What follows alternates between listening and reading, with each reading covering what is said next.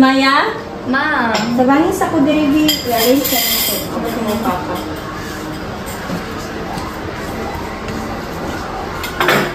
Ako nga tayo.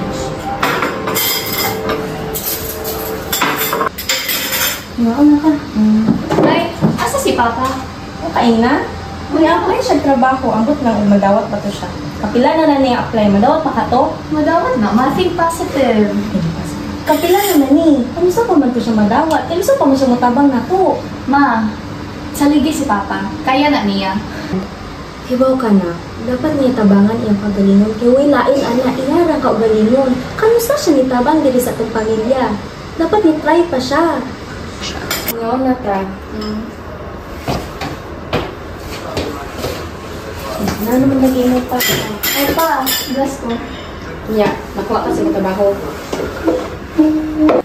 Yan na po. Kamusta naman ka mo nadawat ang imong mga trabaho? Ha? Kamusta man ka matabang diri sa pamilya? Tubag ba? Oh, sa wakay katubang? Pariyaran na ka wakay ka tambag diri. Wakay tabang.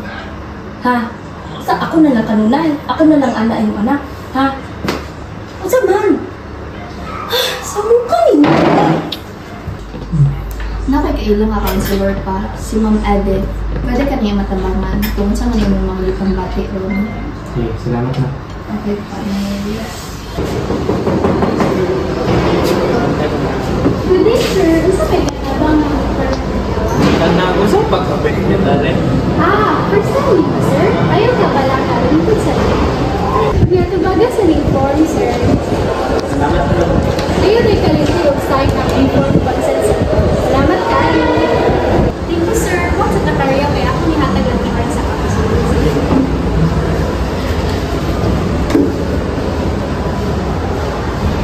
Pwede na kamusun, sir.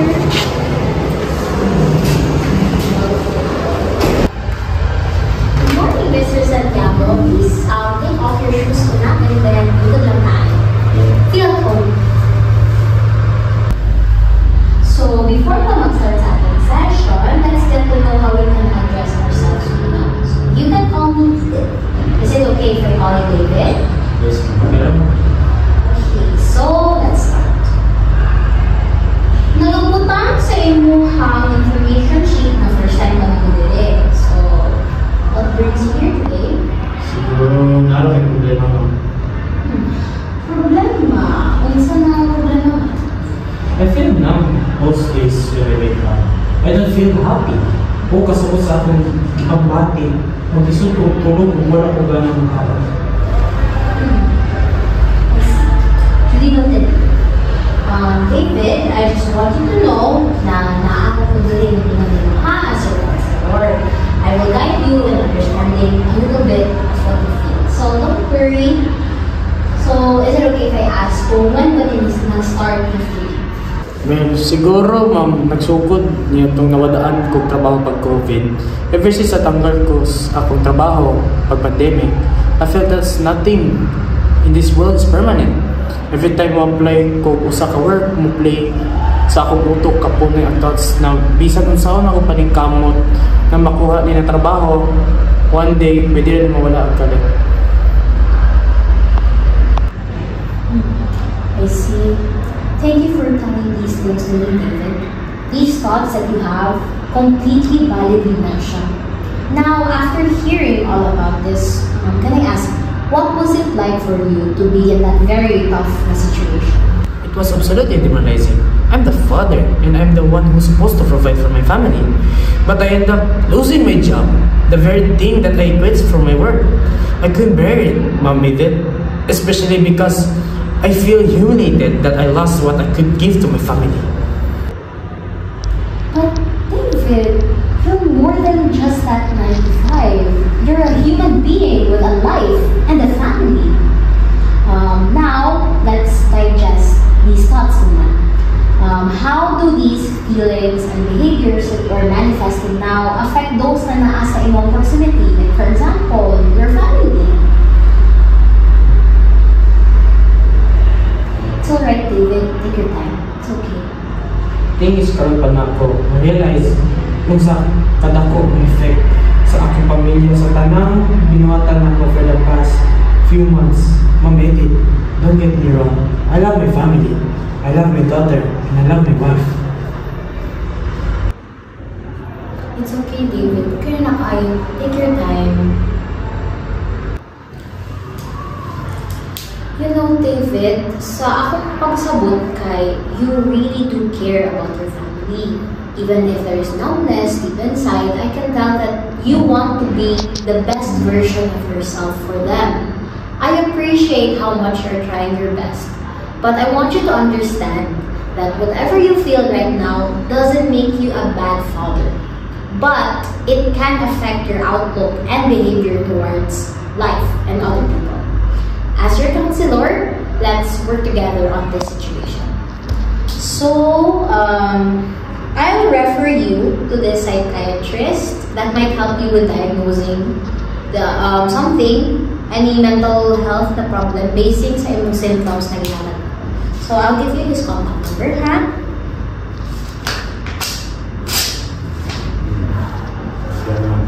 Okay, so let's end our session for now. Nakita na kung medyo nag-smile na kagamay, ha?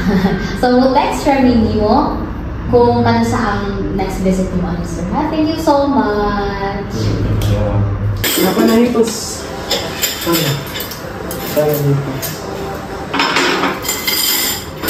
Thank you. Apa na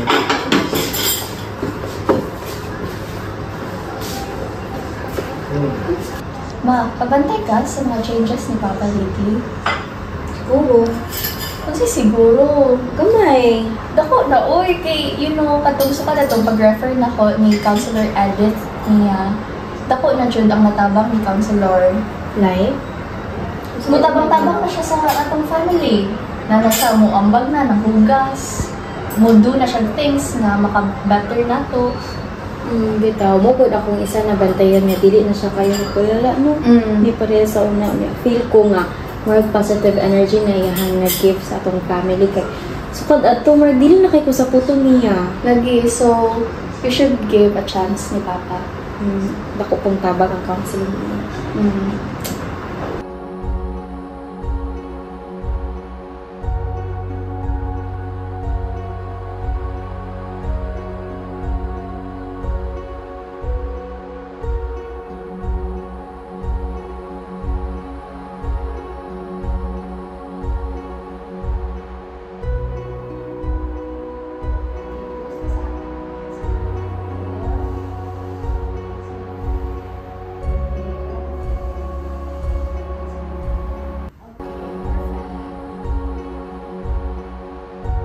Thank you. No problem tayo, sir. I'm very proud sa progress na yung nakuha. And from what I've been hearing from you, nag-improve yung tayo yung relationship with your family. So, if ever nakaila na nag-feel good of the same things as you or nakikipagdaanan, you can refer them to me always. Sige. Thank you tayo, sir. Jane, yes, it's si sir. Bye, sir. Bye. Ay, punta madawat na to yung mukha ko. Uy, madawat lagi ko, ma. Think positive. Diba? Maya! Nakuha ko!